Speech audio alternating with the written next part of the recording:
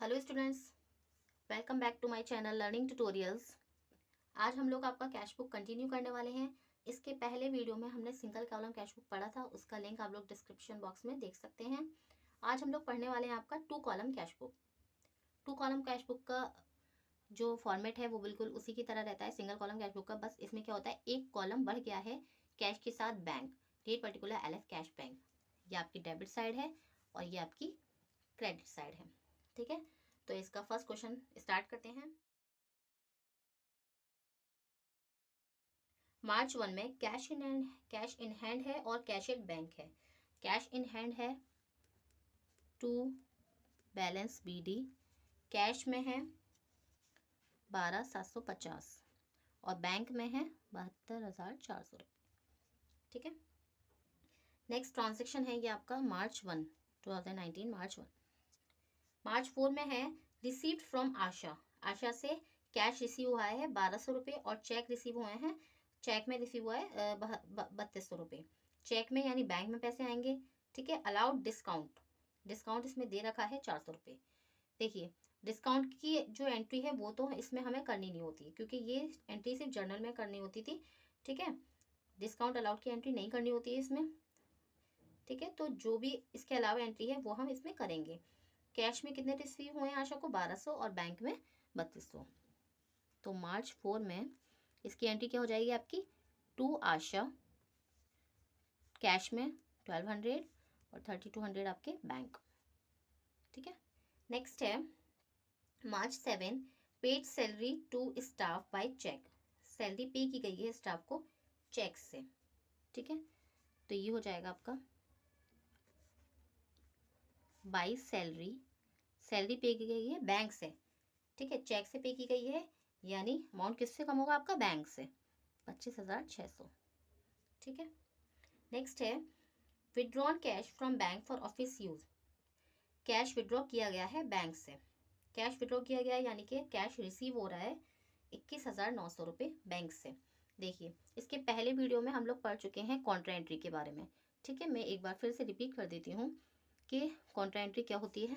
इस ट्रांजेक्शन में हम लोग समझेंगे, कैश विड्रॉ किया गया है यानी कि कैश हमारे पास आ रहा है।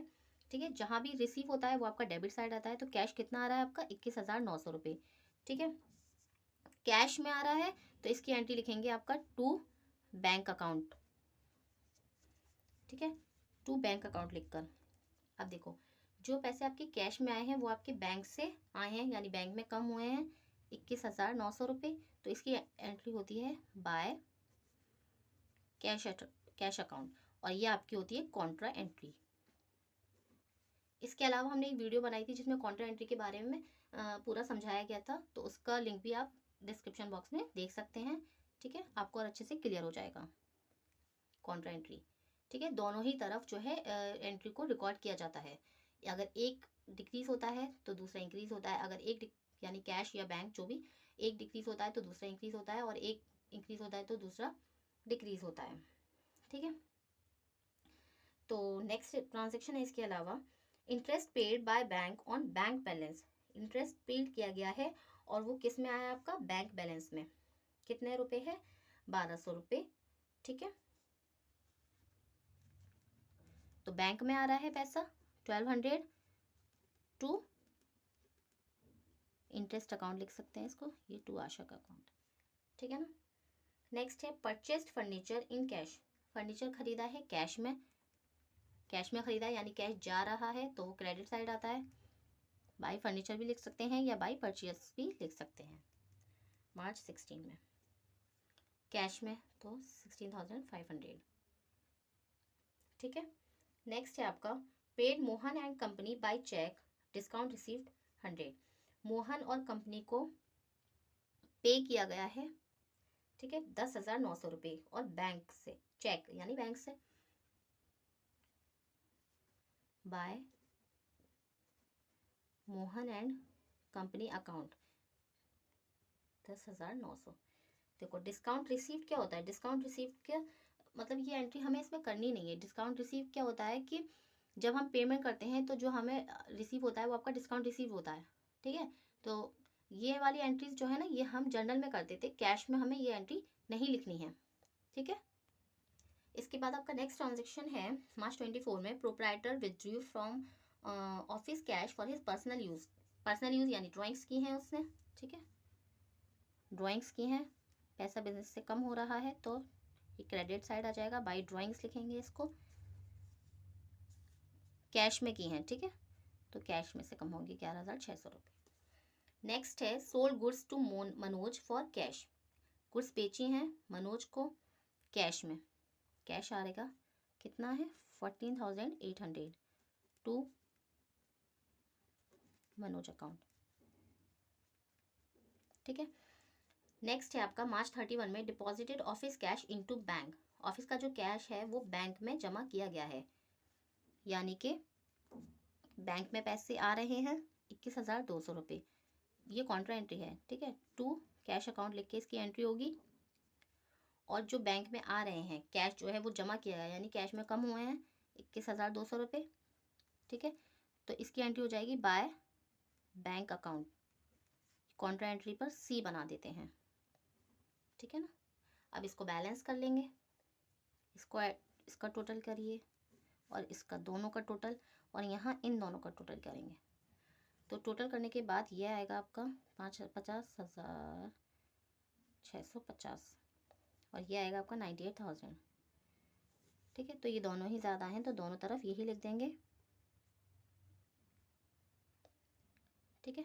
अब इसको ऐड करेंगे और इसको ऐड करेंगे, इसको जो ऐड करेंगे तो 98,000 में से इसका जो सम करने के बाद घटा देंगे तो वो आएगा आपका बैंक का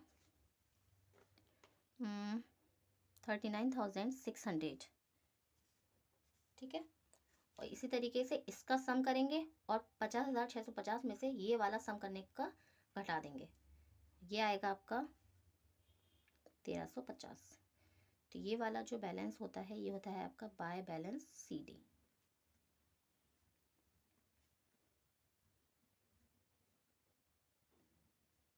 ठीक है।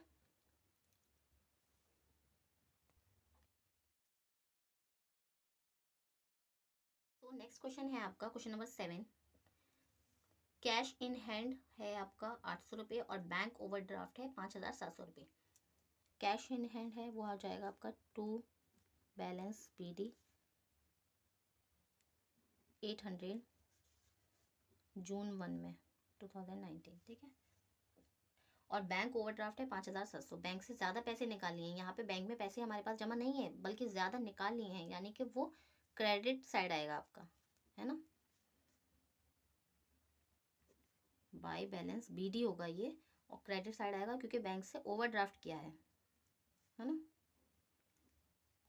उसके बाद जून 7 में है received a cheque from Bharati, Bharati से एक चेक रिसीव हुआ है, ठीक है, इसकी एंट्री हम कर लें, लेकिन देखिए इसके आगे देखिए रिसीव की एंट्री नहीं करेंगे क्योंकि इसके आगे एक और है transaction, deposit the above cheque into bank, अब जो चेक अभी लास्ट एंट्री में रिसीव हुआ था वो अब जमा किया गया है, ठीक है, तो अब करेंगे इसकी एंट्री जून 9 में, वो बैंक में जमा किया गया है, 1,200 रुपये उसको बैंक में आए हैं, ठीक है ना, नहीं 1,200 नहीं है, सॉरी 3,250 हैं, 3,250 हैं, तो ये वैसे बैंक में जमा किए गए हैं, तो क्या लिखेंगे टू भारतीय अकाउंट, ठीक है ना। नेक्स्ट है आपका जून 15 में चेक रिसीव्ड हुआ है पन्नालाल से, फिर इसके आगे देखिए ये वाली एंट्री के इसके लास्ट में एक और है कि पन्नालाल का जो वो चेक है वो इंडोर्स टू कमल, वो कमल को दे दिया गया, तो इसकी एंट्री नहीं करेंगे हम जून 15 और जून 28 में, ये जो ट्रांजेक्शन है ये इनकी कोई एंट्री नहीं होगी। इसके बीच का एक ट्रांजेक्शन है जून 20 में, भारतीय चेक रिटर्न्ड डिसऑनर्ड, भारती का जो चेक था वो डिसऑनर्ड हो गया, इसकी एंट्री करेंगे, देखिए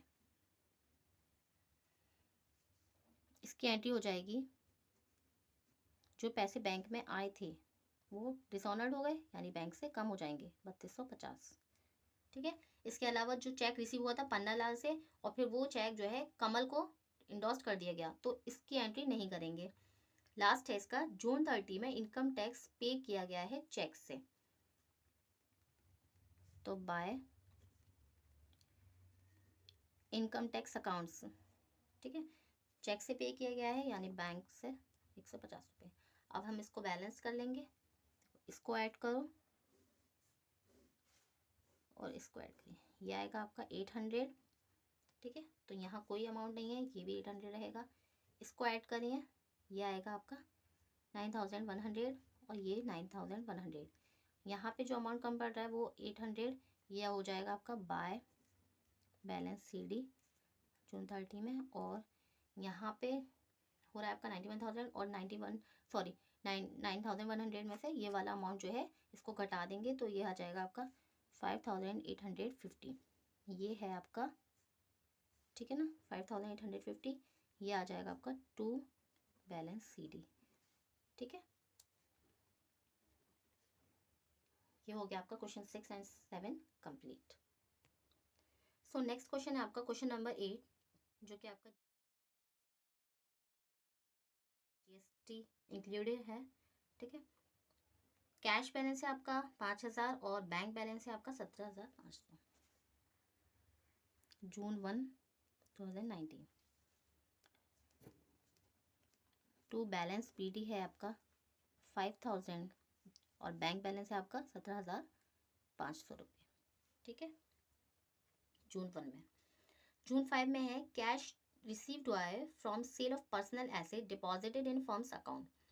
पर्सनल एसेट को सेल करने के बाद जो कैश रिसीव हुआ है उसको फर्म के अकाउंट में जमा कर दिया गया है।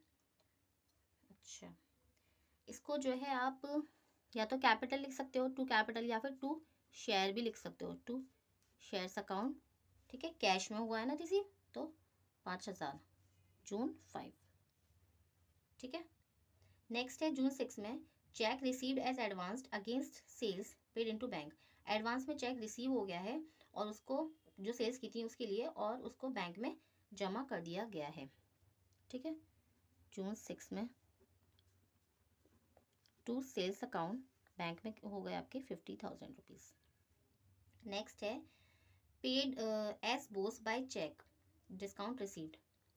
एस बोस को पे किया गया है चेक से यानी बैंक से, ये हो जाएगा आपका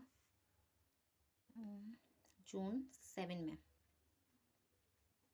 बाय एस बोस अकाउंट 12,500, ठीक है ना, पेमेंट की है।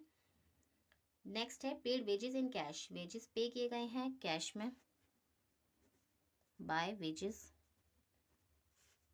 जून 9, कैश में तो कैश में से कम होंगे 3,000, ठीक है। नेक्स्ट है received a cheque from A Mukherjee and sent it to bank. एक चेक रिसीव हुआ है ए मुखर्जी से और उसको बैंक में भेज दिया गया है, यानी रिसीवर कौन हुआ आपका, बैंक, ठीक है ना। तो to A Mukherjee account short में लिख दिया मैंने, ठीक है, बैंक में रिसीव हुए हैं 6,000 रुपये, ठीक है। जून 21 है drawn from bank. Drawn from bank यानी कि कैश जो है वो बैंक से निकाला गया है, बैंक से लिया है कैश, यानी कि कैश हमारे पास आ रहा है, कैश रिसीव हो रहा है तो वो आपका यहाँ आएगा, ठीक है।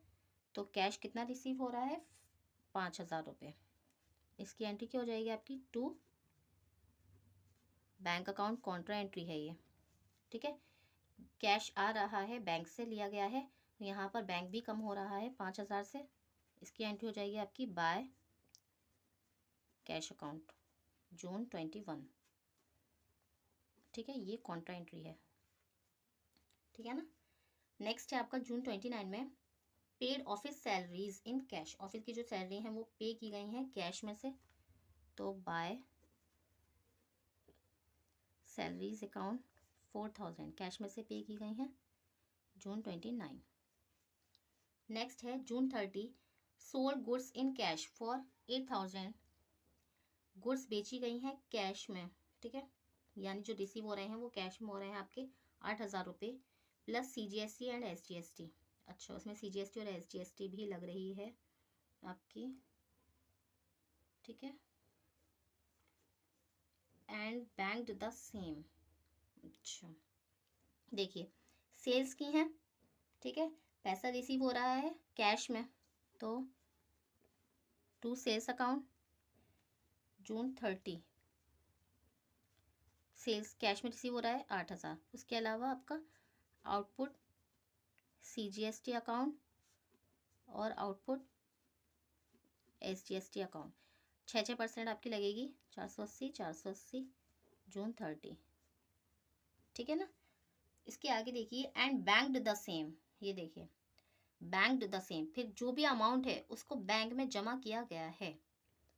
ठीक है, जो भी अमाउंट है उसको बैंक में जमा किया गया है। ये देखिए ये आपकी कॉन्ट्रा एंट्री है कि कैश है, क्योंकि ये कैश में है और उसको बैंक में जमा किया गया है।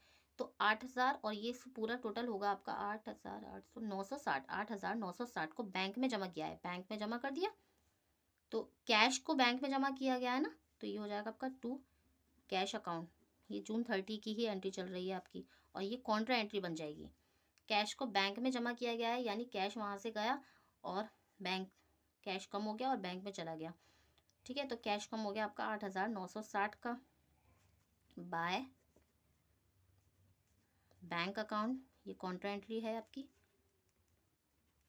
बहुत इंटरेस्टिंग है ये वाली एंट्री, अच्छे से समझने की ज़रूरत है कि इतना तो हमने कर लिया, सेल्स कर ली, CGST SGST लगा लिया, लेकिन बैंक द सेम और फिर ये कॉन्ट्रा एंट्री हो गई। ठीक है ना, दोनों ही तरफ हमें रिकॉर्ड करनी है।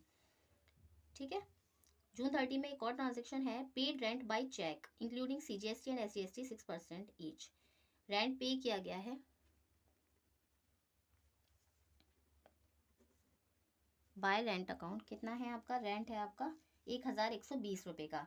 ये देखिए यहाँ पे कंफ्यूज कर देंगे कि CGST लगा देंगे। इसमें स्टूडेंट्स क्या करेंगे इसके अंदर कि 6% CGST लगा देंगे, लेकिन इसमें अच्छे से पढ़ो इंक्लूडिंग CGST, कि वो जो CGST और SGST है वो इसमें इंक्लूड कर दी गई है, तो इसलिए हमें अप्लाई नहीं करनी है। ठीक है, हमें नहीं करनी है, हमें सिर्फ डायरेक्ट रेंट वाली एंट्री को रिकॉर्ड करना है। ठीक है, चेक से किया है ना, इसलिए बैंक से पैसे कम होंगे। लास्ट है आपका जून 30 पेड इनटू बैंक। जो भी कैश है वो आपका बैंक में जमा किया गया है। बैंक में पैसे आ रहे हैं 7,500 रुपये, तो वो हो जाएगा आपका टू कैश अकाउंट से हो जाएगी एंट्री। ये कॉन्ट्रा एंट्री है, बैंक में पैसे जमा किए गए हैं यानी कैश हमारे पास से गया है, कैश में कम हो जाएंगे बाय बैंक अकाउंट। बहुत अच्छे क्वेश्चंस है ये, खासकर ये वाला जो इसमें था ना बैंक द सेम, इसमें बहुत कंफ्यूज करेंगे स्टूडेंट्स, अच्छे से आप लोग समझ लीजिएगा। ठीक है ना, अब हमें इसे बैलेंस करना है, अब हमें इसको टोटल करना है। ठीक है, तो देखो इसका टोटल कीजिए और इन दोनों का टोटल कीजिए।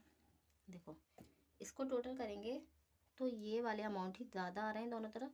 ये आ रहा है आपका 23,960 और ये है 89,960। ठीक है, दोनों तरफ यही वाला टोटल ज़्यादा आ रहा है। ठीक है, यहाँ पर अमाउंट कम पड़ेगा आपका।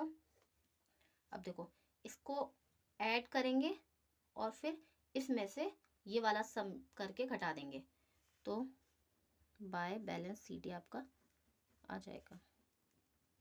ये आया है आपका बैंक का 71,340 और कैश का आया है आपका 500। ठीक है, तो ये आपके हो गया है आपका डबल कॉलम कैश बुक। इसके अलावा कुछ और क्वेश्चंस हैं उसको हम नेक्स्ट वीडियो में करेंगे। ठीक है, आई होप कि आपको ये सब अच्छे से समझ में आया हो, और अगर कोई भी आपको प्रॉब्लम आती है तो आप लोग कमेंट बॉक्स में कमेंट कर सकते हैं। ठीक है, इसके अलावा आप लोग हमारी वीडियो को शेयर, लाइक और सब्सक्राइब कीजिए। Thank you.